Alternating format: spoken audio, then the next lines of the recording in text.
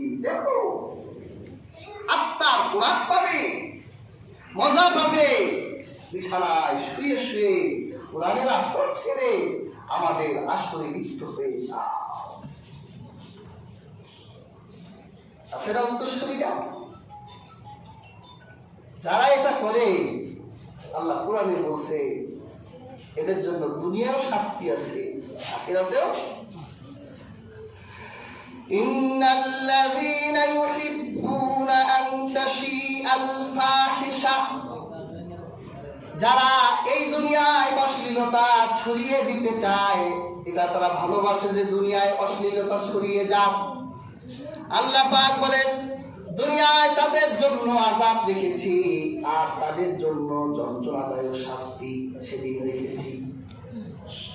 ইয়া হাজিরিন, তারা তো আমাদেরকে গান বাদ্যের দিকে ডাকবে, কারণ শয়তানের দল শয়তানি করার জন্য তো ডাকবেই।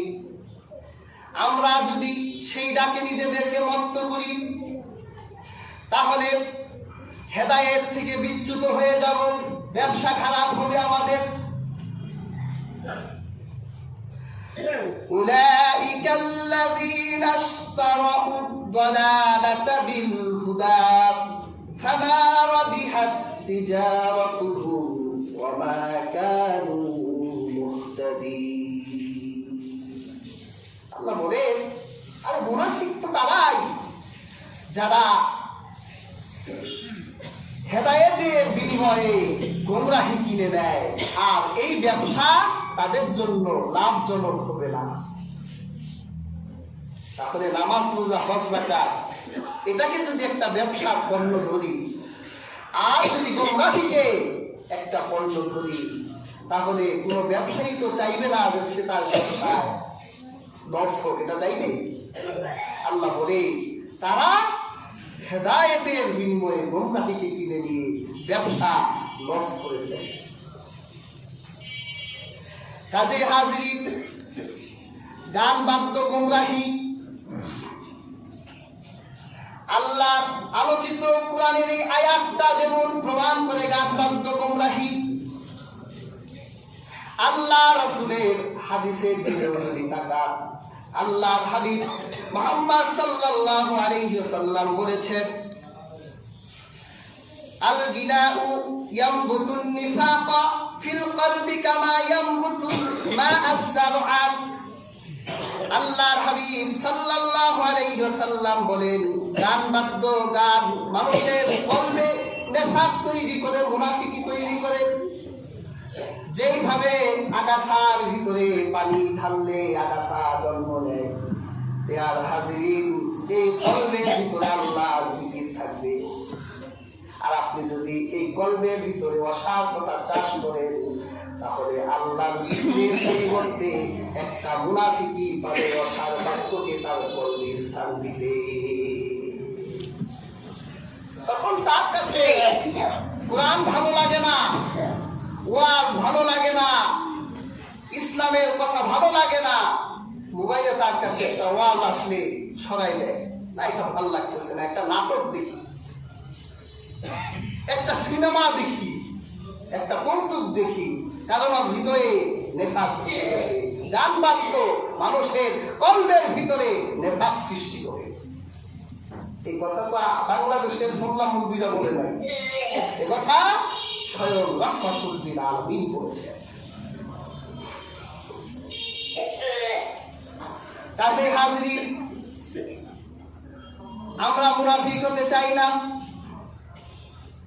গান বাদ্যের আসর ভেঙে দিতে হবে, আল্লাহর কোরআনের দিকে ফিরে যেতে হবে। আপনার হাবিব রাসূলে আরবি সাল্লাল্লাহু আলাইহি ওয়াসাল্লাম আজ থেকে 1000 বছর আগে হাদিস পাকে বলে গেছে, আমারা রাব্বি বিমাহকিল মাআসি, আল্লাহ আমাকে ঢোল তবলা ভেঙে ফেলার জন্য দুনিয়ায় পাঠিয়েছেন। আল্লাহ আমাকে আদেশ করেছেন আমি যেন ঢোল তবলা ভেঙে দিই। আর আমাদের ঘরে ঢোল তবলার অভাব নাই, আমাদের ঘরে গিটারের অভাব নাই। কিছুদিন আগে বাংলার এক শিল্পী মারা গেল, সাংবাদিকরা খোঁজ করে দেখলো তার ঘরে 60টা গিটার। কয়টা? 60টা গিটার, বিদেশি গিটার, দামও তো কম না। কি বলেন, এই গিটারগুলি কি তাহলে ভেস্টে নিতে পারবে? এমন জানি না হয় যে ফেরত করা গিটার দিয়ে মাইক শুরু করতে পারবে। তাদের দেখে দেখে বাবার কাছে বাইরা ধরি, আমারও একটা গিটার লাগবে, বাঁশি লাগবে, ঢোল লাগবে, তবলা লাগবে। আরে এগুলো ভেঙে ফেলার জন্য রহমাতুল্লিল আলামিন এসেছে। তা বলতে পারেন হুজুর, ইসলামে কি বিনোদন নাই? গান বাদ্য এটা তো একটা বিনোদন পাওয়া যায়। কি বলেন, বিনোদন পাওয়া যায় না? সাময়িক একটা আত্মায় শান্তি লাগে। ইসলামে কি বিনোদন নাই? ইসলামে গান আছে, কিন্তু এই গান না, তোমরা যেটা বলো ডিজে গান। এমন গান কি যে বলে কিছু বোঝা যায় না। খালি মাটি কাঁপে, গাছ কাঁপে, আকাশের পাখিরা সব দৌড় দেয়। এই এলাকায় থাকা যাবে না। পোলাপান এই মারফতি গান বোঝে, ডিজের মারফতি কি বলে সব বুঝে। আর গানের ভিতরে অসার কথাই বেশি হয়। গান গায় আকাশে লক্ষ তারা, চাঁদ কিন্তু একটাই দেখি। আকাশে তো একটাই চাঁদ আছে, তো সবাই দেখি। এটা কিছু বোঝা যায়? গানের নামে এদেশে কত ধরনের গান, ভাটিয়ালি গান, মরমি গান, পালা গান, জালি গান, সারি গান, কত বদের গান এদেশে হচ্ছে। আমরা হুজুররা গান বিরোধী কেন, বা ইসলামে গান আছে কিনা এটা আমাদের জানা দরকার। ইসলামে গান আছে, আমরা হুজুররা গান বিরোধী না। আমরা হুজুররা 1 নাম্বার বাদ্য বিরোধী। একটা বাদ্যকেও আমরা বিশ্বাস করি না। একটা বাদ্য আমাদের জন্য বৈধ করা হয়েছে, এটা হলো বক্স। মেশকাতুল মাসাবির কিতাবুন নিকাহে আপনি হাদিস পাবেন, আল্লাহর হাবিব রাসূল পাক সাল্লাল্লাহু আলাইহি ওয়াসাল্লামের স্ত্রী হযরত মা আয়েশা রাদিয়াল্লাহু তাআলা আনহার ঘরে এক যুবতী কন্যা ছিলেন। হযরত মা আয়েশা বলেন, আমি ওই কন্যাকে বিয়ে দিয়ে দিলাম, ওই কন্যাকে আমি বিবাহ দিয়ে দিলাম। আল্লাহর হাবিব রাসূল আরবি সাল্লাল্লাহু আলাইহি ওয়াসাল্লাম আমার কাছে এসে বললেন, ইয়া আয়েশা আলা তুগান্নিনা ফাইন্না হাদাল হাই মিনাল আনসারি ইউহিব্বুনাল কিনা। হে আয়েশা, তুমি যে ওই কন্যাকে তার শ্বশুর বাড়ি পাঠিয়ে দিলে, স্বামীর বাসর সজ্জায় পাঠিয়ে দিলে, তুমি কি ওই কন্যার সাথে কোনো গায়িকা পাঠাও নাই? তুমি কি কোনো গায়িকা পাঠাও নাই? আনসারের মহিলারা তো গায়িকা পছন্দ করে, গায়িকার গান পছন্দ করে। তাহলে রাসূলুল্লাহ গান সমর্থন করলো, বোঝা যায় না? এটার ওরা দলিল দেয়, আমরাও দলিল দিই। কোনটা?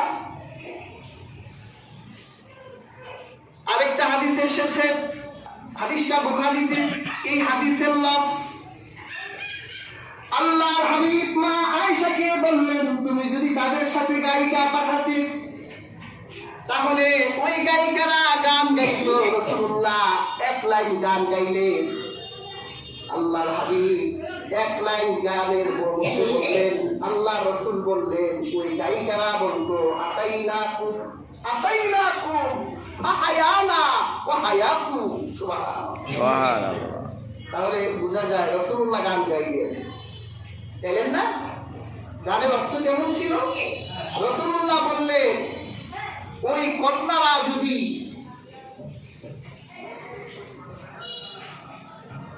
তার সাথে যদি গায়িকারা যেত তাহলে তারা এই কথা বলতো, আতাইনাকুম আতাইনাকুম, আমরা বোনের বাড়ির মানুষেরা দুলা ভাইয়ের বাড়িতে এসেছি, তোমাদের দুলা ভাইয়ের জাত গোষ্ঠীর কল্যাণ হোক, আমাদেরও কল্যাণ হোক। সুবহানাল্লাহ। রাসূলুল্লাহ গান গাইলেন, গানের অর্থ কত ভালো, তোমরাও কল্যাণ হও, আমরাও কল্যাণ হই। জন্য মুহাদ্দিসরা বলেন যে আমাদের দেশে আগের দিনের মা চাচিরা গীত গাইতো না, ওই গীতের অর্থ কিন্তু ভালো। এই জাতীয় বিবাহ শাদীতে গীত গাওয়া বৈধ। এখন তো মা চাচিদের আর গীত গাইতে দেই না, ডিজে আনি একেবারে আকাশও কাঁপায়, জমিনও কাঁপায়, আব্দুল কাদের জেলানিও কাঁপে, মাইনুদ্দিন চিশতিও কাঁপে। এই জন্য তাদের আবার আকাশ ধরতে হয়, এই যাদের ভেঙে না পড়ে।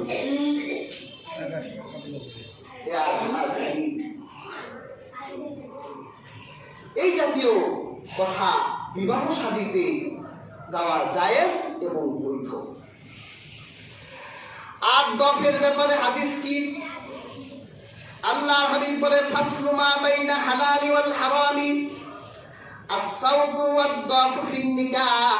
আল্লাহর হাবিব বলেন বিবাহ বৈধ এবং অবৈধ হবে দুইটা বিষয়ে।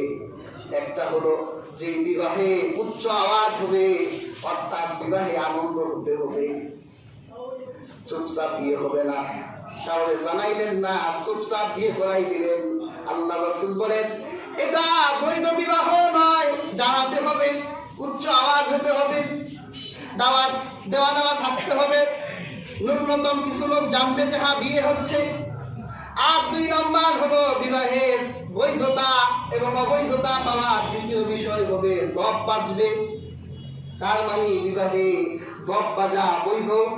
আল্লাহ রাসূল যেহেতু বলেছেন, তাহলে আমাদের ইসলাম বলে শুধু একটি বাদ্যই জায়েজ, আর সেই বাদ্যটা হলো দফ। দফ চিনেন? ঢোল না, মানে ঢোলের মতোই, এটা একটা প্লেটের মতো চামড়া দিয়ে বানানো হয়, এখানে আঘাত দিয়ে 2টা আওয়াজ হয় না, একটা আওয়াজই হয়। এটা দফ, এটা বৈধ রেখেছে ইসলাম। এছাড়া আর যা আছে হারিন্দা, নারিন্দা, সারিন্দা, ঢোল, তবলা, বাঁশি সব বিলকুল হারাম। এগুলো বাজলেই হৃদয়ে নেফাক তৈরি হবে, মুনাফিক হয়ে যাবে। আমরা ভালো কথা, ভালো গান এটা বিশ্বাস করি, ইসলামী হামদ নাত হোক। আমার রাসূল সাল্লাল্লাহু আলাইহি ওয়াসাল্লাম তিনি নিজেও শুনতেন। আপনি হাদিসের কিতাব খুলুন, দেখতে পাবেন সেখানে বাবুশ শের কবিতার অধ্যায় আছে। আল্লাহ রাসূল সাল্লাল্লাহু আলাইহি ওয়াসাল্লাম তার একজন সভাকবি ছিলেন হাসান বিন সাবিত। আল্লাহ রাসূল মদিনার মসজিদে তার জন্য আলাদা একটা মিম্বার তৈরি করেছিলেন, আর বলতেন হাসান তুমি কবিতা বলতে থাকো। আল্লাহ রাসূল শুনতেন আর বলতেন তুমি তোমার কবিতার ভিতরে কাফেরদের বদনাম বলো, কাফেরদের গালি দাও, তোমার পক্ষে আল্লাহর ফেরেশতা হযরত জিবরিল আছে। সুবহানাল্লাহ। রাসূলুল্লাহর এক সাহাবী সাদিক নাম, উনি বলেন আমি একবার আল্লাহর হাবিবকে নিয়ে বের হলাম। আল্লাহ রাসূল আমার পেছনে, আমাকে জিজ্ঞেস করলেন হে সাদিক, উমাইয়া ইবনে সালতের, আবু সালতের কোন কবিতা তোমার জানা আছে? আমি বললাম হে আল্লাহ রাসূল, হ্যাঁ উমাইয়া ইবনে আবু সালতের কবিতা আমি জানি। আল্লাহ রাসূল বলল আমাকে শোনাও। তখন সাদিক উমাইয়া ইবনে আবু সালতের কবিতা রাসূলুল্লাহকে শোনাতে লাগলেন। এক লাইন বলে রাসূলুল্লাহ বলে আবার বলো আরেক লাইন, এইভাবে রাসূলুল্লাহকে 100 লাইন কবিতা শোনাইলেন। সুবহানাল্লাহ। এখন প্রশ্ন আসতে পারে উমাইয়া ইবনে আবু সালত কে? এই লোকটা ছিল বানু সাকিব গোত্রের লোক, খ্রিস্টান। এই লোকটা রাসূলুল্লাহর যুগ পেয়েছিল, কিন্তু ঈমান আনে নাই। আল্লাহ রাসূল সাল্লাল্লাহু আলাইহি ওয়াসাল্লামের ব্যাপারে সে জানতো, ইনজিল তাওরাতে রাসূলুল্লাহর আগমনের কথা সে জেনেছিল, কিন্তু তার একটা বিশ্বাস ছিল যে আখিরি জামানার নবী বনু সাকিব গোত্র থেকে আসবে, আর সে ঈমান আনবে। কিন্তু সে যখন দেখলো রাসূলুল্লাহ কুরাইশ গোত্রে জন্মগ্রহণ করেছে, হিংসার কারণে আর ঈমান আনলো না। কিন্তু সে এক আল্লাহতে বিশ্বাস করত, হাসন নসরে বিশ্বাস করত, আর তার কবিতার ভিতরে তাওহীদ ছিল, তার কবিতার ভিতরে আখিরাতের কথা ছিল। এই জন্য রাসূলুল্লাহ একজন অমুসলিম কবির লেখা কবিতা নিজের কানে শুনলেন। সুবহানাল্লাহ। তা আমরা তো শুনি, ভালো কথা শুনি, যেই লেখক। আমি আমার ব্যক্তিগত জীবনে আমি বাউলদেরকে খুব ঘৃণা করি, কারণ বাউলদেরকে বিশ্লেষণ করে দেখেছি উপমহাদেশের সমস্ত বাউলরা এরা মুসলমান না, সব শিয়া। এরা হযরত আলী রাদিয়াল্লাহু তাআলা আনহুকে প্রাধান্য দেয় এবং আবু বকর, ওমর এবং উসমান রাদিয়াল্লাহু তাআলাকে বিরোধিতা করে। এটা শিয়াদের একটা খাসলাত। এদের ইউটিউবে এদের অনেক গান শুনবেন, এদের বক্তব্য শুনেন, দেখবেন রাসূলুল্লাহর মহান আজিমুস শান সাহাবী হযরত আবু বকরকে গালি দিচ্ছে, ওমর ওসমান রাদিয়াল্লাহু তাআলা আনহুকে গালি দেয়, আর আলী রাদিয়াল্লাহু তাআলা আনহুকে তাদের উপরে মর্যাদা দেয়। এটা শিয়াদের খাসলাত। এই জন্য আমরা তাদের বিরোধিতা করি। তারা তাদের গানগুলোতে অনেক শিরকি কথা লেখে। এরা গানের ভিতরে বলে, আমরা যে হুজুরি নামাজ পড়ি না, তো হুজুরি নামাজ কোথাও নাই, এই মসজিদে নামাজ পড়া যাবে না। তো মসজিদ কোনটা? হুলুলি আকীদা। মসজিদ হলো আমাদের এই ঘর, এই দেহ নামের এই ঘর, এই হলো মসজিদ। এখানে আমরা সারাদিন নামাজ পড়তেই থাকি। তাহলে রাসূলুল্লাহ কেন হুজুরি নামাজ পড়লেন? ইমান থাকলো এই কথা বলার পর ইমান থাকে? আর মুসলমান বলা যায়? একেবারে কাফের বলতে হবে, যেটা কাফের। এদের আকীদা হলো যিনি পীর, গানের ভিতরে বলে এরকম, যিনি পীর তিনি রাসূল তিনি খোদা। নাউযুবিল্লাহ। এরা বুঝাতে চাইলো আল্লাহ যিনি, রাসূল তিনি, পীরও তিনি।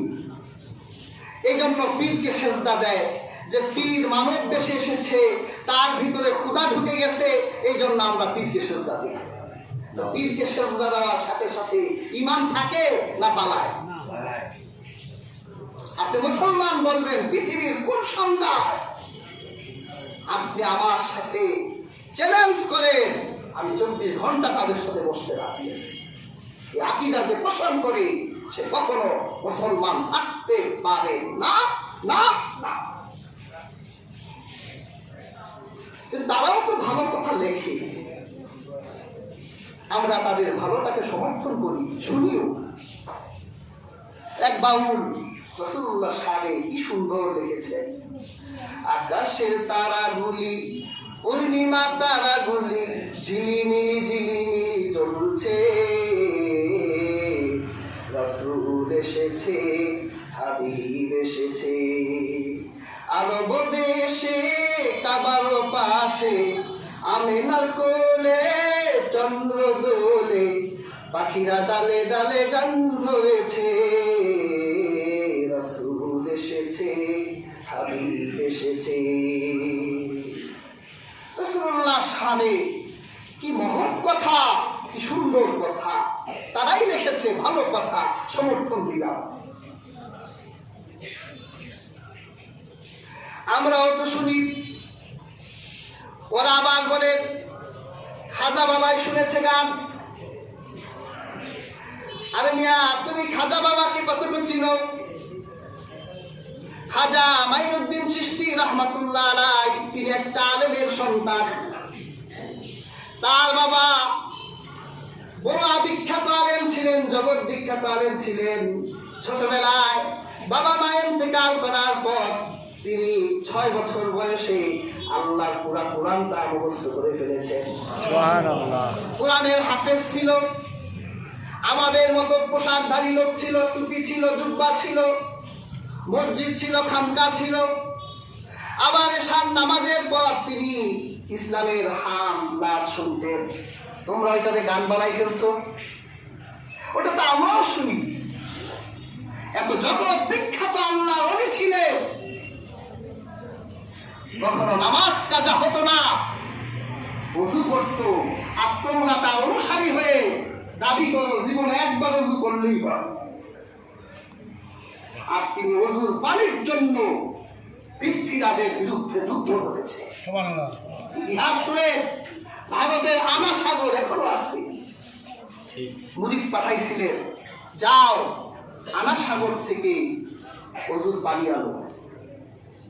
ওরা তো আনা সাগরে খুব ভক্তি করত, বলতো এখানে উঁচু জাতের হিন্দু ছাড়া কেউ এই পানি স্পর্শ করতে পারবে না, মানে নিচু জাতের হিন্দুরাও পারবে না। ওযুর পানি আনার জন্য খাজা মাইনুদ্দিন চিশতি রাহমাতুল্লাহ আলাইহি মশক আনা সাগরের দিকে দিবে আর পানি নিতে দিল না, অপমান করে দাঁড়াই দিছে। তখন খাজা মাইনুদ্দিন চিশতি বলেছিল, আমাকে অনুমতি দাও শুধু একটা মশক পানি নেবার জন্য, আর পানি দিব না। রাজা অনুমতি দিছে, ঠিক আছে এক মশকই তো, নিয়ে ভাগেন তাড়াতাড়ি। খাজা মাইনুদ্দিন চিশতি রাহমাতুল্লাহ আনা সাগরে মশক ধরেছে, আনা সাগরের সব পানি মশকের ভিতর ঢুকে গেছে। সুবহানাল্লাহ। আনা সাগরে আর পানিও নাই, কিচ্ছু নাই। ওরা তাকায় দেখে আনা সাগর মরুভূমি হয়ে গেছে। আর বললেন তাকে ঈমান এনেছে, আবার মশকের পানি আনা সাগরের দিকে ছেড়েছে, আনা সাগর পানিতে টাইটুম করে এমনি হয়েছে। আশেক তার মাসুকের সাথে সম্পর্ক করে, রিলেশন করে, তাহাজ্জুদ করে, কোরআন করে তাকে রাজি করেছে। এই জন্যই এগুলো হতো। পৃথ্বীরাজ চিন্তা করছে মাইনুদ্দিন চিশতি মনে হয় জাদু দেখাইছিল। ওদের এক যোগী ছিল জয়পাল নাম, জয়পাল ঠাকুরে পাঠাইছে যে তার জাদুটা একটু প্রোটেক্ট করো তো। জয়পাল গিয়ে মাইনুদ্দিন চিশতির সামনে দাঁড়িয়ে, হাজার মানুষ দাঁড়িয়ে আছে, মাইনুদ্দিন চিশতিরে বলে, আপনি কি দেখান, ওটা তো আমিও পারি। মাইনুদ্দিন চিশতি বলল, দেখাও তো। সে আকাশে পাখির মতো উঠতেছে। মাইনুদ্দিন চিশতি বলে, আমারটা দেখাবো, দেখা। পায়ের খরম বলছে, ওদের পিটাইতে পিটাইতে নামাই নিয়ে খরম গিয়ে জয়পালদের পিটাইতে পিটাইতে পায়ের সামনে হাজির করছে। তো এটা না আমারটা। ভারতের বুকে ৯০,০০০ হিন্দুকে তিনি মুসলমান করেছেন। সুবহানাল্লাহ। তোমাদের মতো এরকম গানের মজমা বসায়া না, ইবাদত করেছে, আল্লাহকে হাসিল করেছে, তার নামে এরকম মিথ্যা তহমত দিতে তোমাদের বুক একটু কাঁপলো না? তিনি শুনেছেন, আমরাও শুনি। যে গানে অর্থ আছে, অর্থবহ গান, আল্লাহ রাসূলের কথা আছে, তাওহীদ আছে, সুন্দর কথা আছে, আমরা বাজনা ছাড়া এগুলো শুনি, আমাদেরও ভালো লাগে। কিন্তু আমরা আকাশে লক্ষ তারা, চাঁদ কিন্তু একটাই রে, এগুলো অসার কথা, এগুলো শুনি না। এগুলো শুনলে হৃদয়ে নেফাক আসবে, মুনাফিক হয়ে পথভ্রষ্ট হয়ে যাব। আর পোলাপান ডিজে তো বাজায়, ওরাও বুঝে না যে কি করে, খালি নাচে, বানরের মতো লাফায়, আকাশও কাঁপায়, জমিনও কাঁপায়, এলাকার পাখিগুলিও থাকতে দেয় না। হাজরি আল্লাহ কোরআনের সূরা লোকমানের আলোচিত আয়াতে আল্লাহ তাআলা আমাদেরকে সেই কথাই বললেন, ওয়ামিনান নাসি মাইয়াশতারি লাহওয়াল হাদিস, যে মানুষের মধ্যে এমন মানুষ আছে যারা অসার কথা কিনে নেয়। কেন? লিউদিল্লা আন সাবিলিল্লাহ, তারা যাতে আল্লাহর পথ থেকে বিচ্যুত হয়ে যায়। ওরা এটাকে কেন গ্রহণ করে আল্লাহ সেটাও বললেন, ইত্তাখাযাহা হুজুরা, তারা এটা গ্রহণ করে সাময়িক ঠাট্টা বিদ্রুপ করার জন্য, যে সাময়িক একটু মজা পাবে। আল্লাহ পাক বলে, এই মজা তো তার জন্য মজা রইল না, উলাইকা লাহুম আযাবুন মুহিন, সেই আখিরাতের দিন জাহান্নামে এই মজা তোমাদের জন্য যন্ত্রণাদায়ক আযাবে পরিণত হয়ে যাবে। কাজেই হাজিরিন, আমরা গান বাদ্যের আসর থেকে নিজেদেরকে গুটিয়ে ফেলি। গান বাদ্য আপনার আল্লাহর সাথে আপনার সম্পর্ককে ছিন্ন করে দেয়, অথচ আপনি আপনার রবের সাথে ওয়াদা দিয়ে এসেছিলেন, মাওলা আমি আপনার সাথে সম্পর্ক রাখতে চাই। যদি আল্লাহর সাথে সম্পর্ক রাখতে চান, সুন্দর কথার দিকে আসে, কোরআনের কথার দিকে আসে, কোরআনের মজমায় বসে, কোরআনের আসরে বসে, কোরআনের মজলিসে বসে ইসলামী সঙ্গীত শুনুন, ইসলামী গান শুনুন, ইসলামী ভাবধারার কথা শুনুন। এগুলো নাজায়েজ নয়, জায়েজ কাজ, বৈধ কাজ। যেই কথায় কোনো অর্থ নাই, যে কথায় অশ্লীলতা আছে, যেই কথায় আকাঙ্ক্ষা কামনা আছে, এরকম গান বাদ্যকে ইসলাম হারাম করেছে, আমরাও হারাম বলি। আল্লাহ তাআলা আমাদের প্রত্যেককে আজকের আলোচিত আয়াত থেকে শিক্ষা গ্রহণ করার তৌফিক দান করুন। আমিন।